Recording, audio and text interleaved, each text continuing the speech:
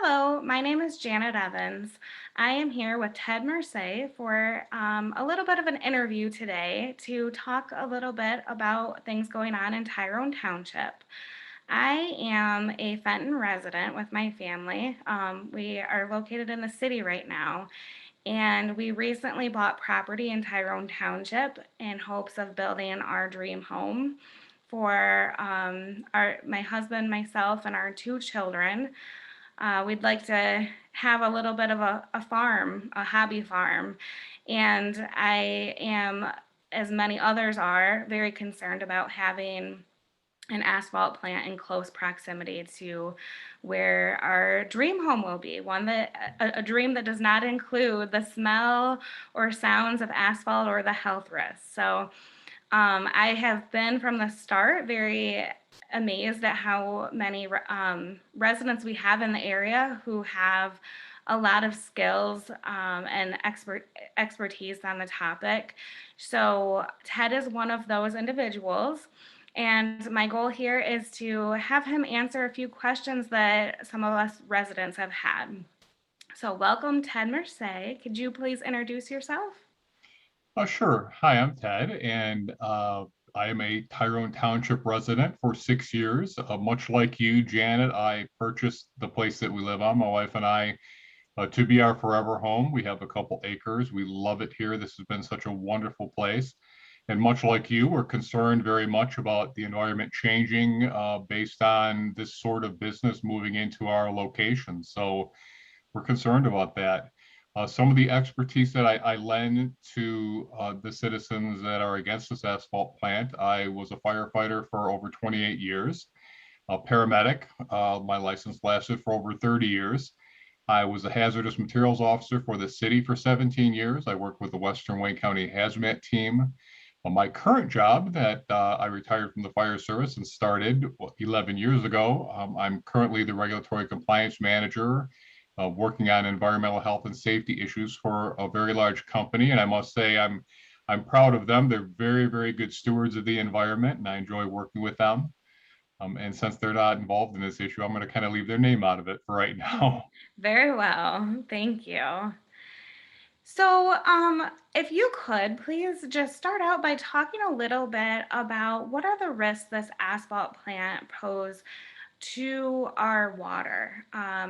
We've had people ask about chemicals running off into our local lakes and streams, and potentially leaching into groundwater uh, that we may drink. So, what could you tell us about that? Well, I can tell you a little bit about it. From my days with the hazmat team, we had a lot of incidents where there were a lot of spills. Some of the things that the people are concerned about are things that come out of an industry like this. There are occasionally toxic spills. Even something as simple as diesel fuel getting into the environment has just an absolute horrific effect. What a lot of people may or may not know, there are almost 25 acres of wetlands on that property. They would be decimated. They're part of what is called the groundwater pathway of dispersion, which means that it would be transported from that location to places that are far distance from there. It would seep into the ground. It would start to assimilate into the groundwater aquifer and could potentially get into our wells and affect our drinking water. And I can see why everybody would have some major health and safety problems with that. Yeah. There's And also it, something else, though, Janet. There's something else called atmospheric deposition. And even if you don't have a spill, I know a lot of people that want to build a plant will say that a spill will never happen. I kind of made a career out of the fact that that's not really exactly the way it goes. I'm glad to be done with that part of my life, by the way.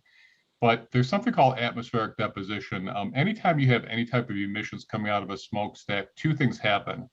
Number one, they're superheated by the process, and when they start to cool off up in the atmosphere, they start to fall out. And when you have things like come from asphalt plants, and remember, it's always dependent on what type of asphalt we're talking about being made, but you've got chemicals like hydrogen sulfide, benzene, chromium, cadmium, formaldehyde. Any one of these things could be in the emissions from a plant.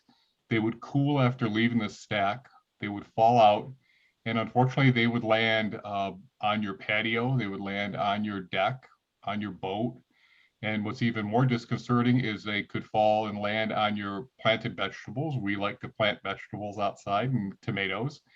And when they land on the soil, a lot of these heavy metal contaminants can be drawn up into the base of the plants. So there's a lot of ways that these can get back into our environment and things that we would really like to stop that potential. Mm-hmm. Absolutely. Um, so, real quick, as we touched on the potential risk for well water, who would be responsible if people's wells are contaminated? Well, that's definitely a problem because once these things got into the water table, there's really no way of getting them out. That's the first concern. Once it's done, it's pretty much done. Second of all, you know, Eagle, who used to be the Department of Environmental Quality, uh, they really have no way of doing anything about that once that occurs. They can basically declare a place a contaminated site, which some asphalt plants have caused by developing on a piece of real estate and then having these different chemicals get into the environment. But to say that something could be done or remediated or changed, that just does not happen. They don't have the resources, they don't have the manpower. And that's why we're so concerned about stopping this before it starts, because once the ball gets rolling, it's almost impossible to keep these things out of the environment. Sure. And then could you speak a little bit more about the risks of air pollution and the impact on our health as residents and near proximity to an asphalt plant? Well, there's definitely some things to be concerned about. The little list that I kind of gave you there off the top of my head, it contains cancer-causing agents, it contains a toxin, hydrogen sulfide, heavy metal contaminants like cadmium, chromium. These are all things that, cause cancer. They cause birth defects. They cause learning disabilities. And regardless if a plant doesn't emit all of these things, I guess my question would be how many toxins are acceptable to allow into your environment? I know what my answer would be, but the idea is that's why we're fighting right now because it's a zero tolerance issue. They're not here now, and we do not want them to be here. Yeah, definitely. What about impacts to animal species? Well, ultimately, there would be some impact. Some of the first ecological indicators I think that we would see, and I just bring it up because it's such a fond thing of my wife and I, be our frogs. I mean, a lot of people that are blessed to live near wetlands, especially this time of the year, you might slide your window open like we do and listen to the peepers in the trees, and it's just a glorious thing. We come from the city, so little things like that mean a lot. Mhm. But unfortunately, frogs, Janet, they absorb things through their skin readily. So when these fallout chemicals or these wetland contaminants get into the environment, they're going to affect them first. And we have such a remarkably diverse amount of different types of tree frogs, pond frogs, land frogs like wood frogs and toads. It just be what a criminal shame that would be. Yeah, absolutely. So, what could you tell us about how the state regulations work and what protections do residents have? Well, that was pretty easy. Like I say, we're trying to nip this in the bud early on from a rezoning standpoint because the biggest concern is, and we see it through our case studies that we've really looked into it at depth of places in the country where this has already happened.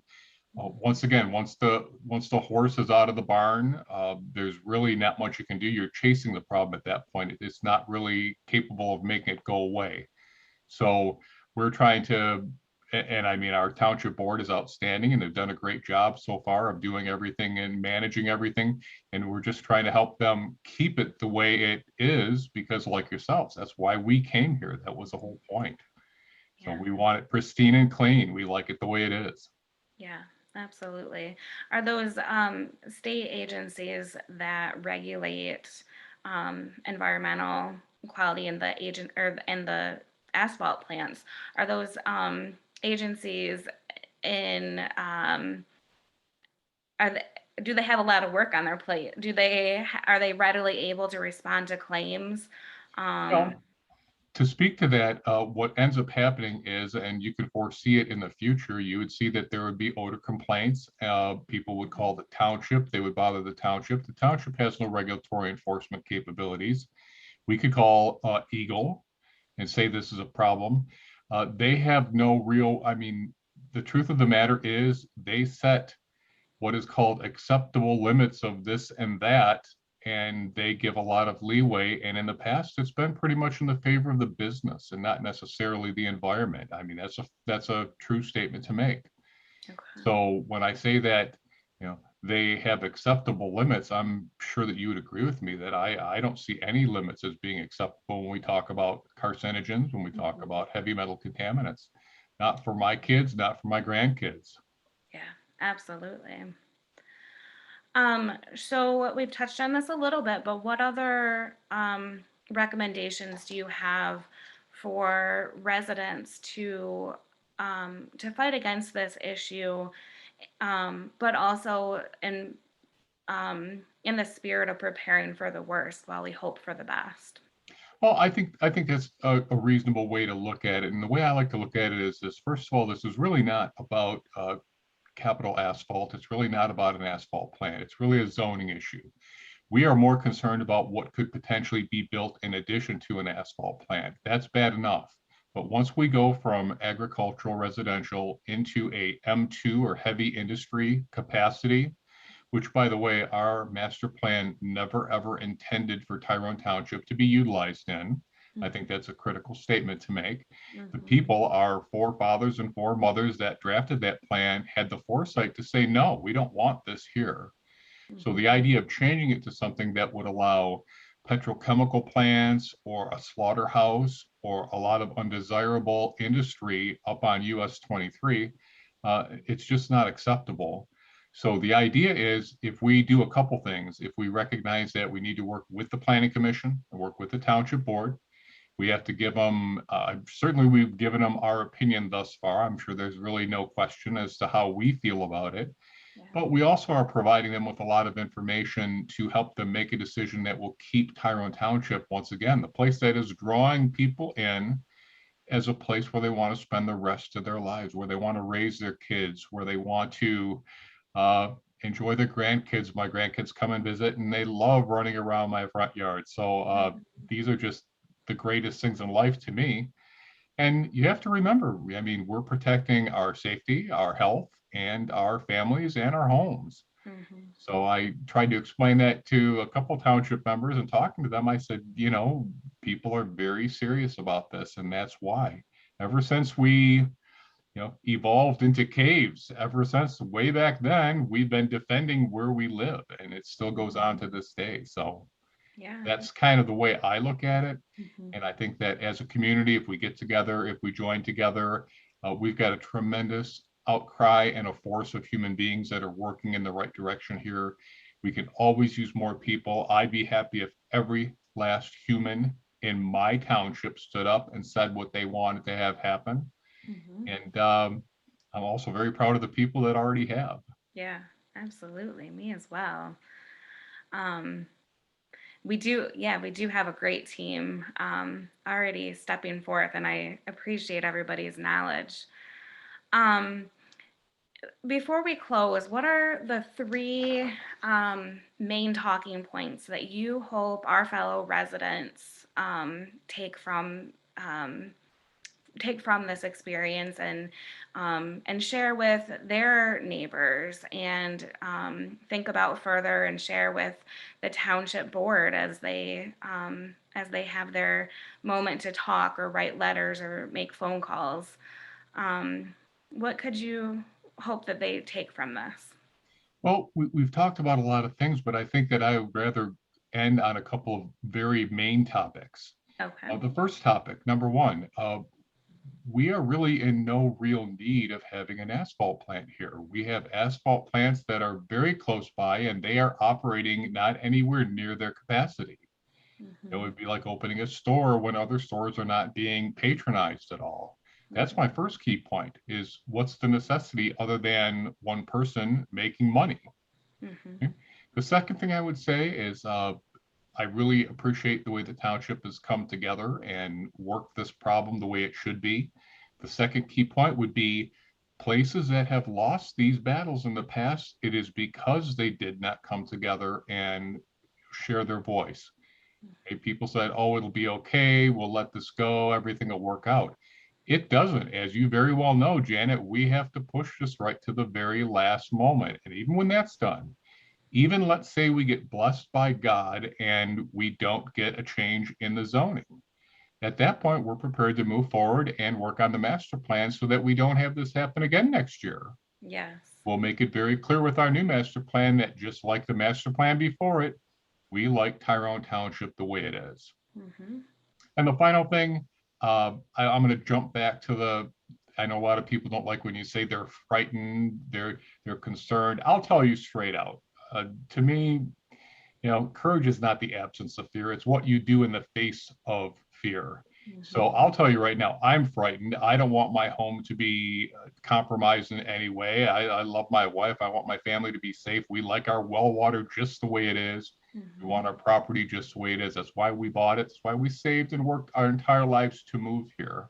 Yeah. So I would tell everybody, please, I know that it's disconcerting to have somebody threaten you, threaten your safety, threaten your property. But remember that we can still, in a very positive way, approach this and we can take care of this problem. And, we may become victorious in the end and be an even tighter knit community because of that. And that would be just a really great ending to this story. Absolutely. It would be. I've already met so many neighbors through this. And like I said, it's just been really profound um how smart everybody is, how many different areas of expertise we have amongst our neighbors in our small township. And people have wonderful ideas and thoughts to share. So it's neat. I think that will be a silver lining. Well, I'm like you. I'm amused by it. I think it's great because I drive by these people and I wave at them when they're mowing the lawn, and I had no Yeah. idea they were a toxicologist or they Right. had no idea that I had a history. And it's just Yeah. really a bad condition to find it out under with. But Right. then again, it's great to find out all the skill sets that are brought. So Yeah, absolutely. Well, thank you so very much for letting your voice be heard and for your continued efforts in fighting to keep Tyrone Township beautiful and healthy for us. We thank appreciate you, it. Janet, for the opportunity to talk about it. And as always, I appreciate talking to you and thank you for making everything that you do public because it all works. It all means something big. Yeah, excellent. Thank you very much and have a great night. Thank you. You too.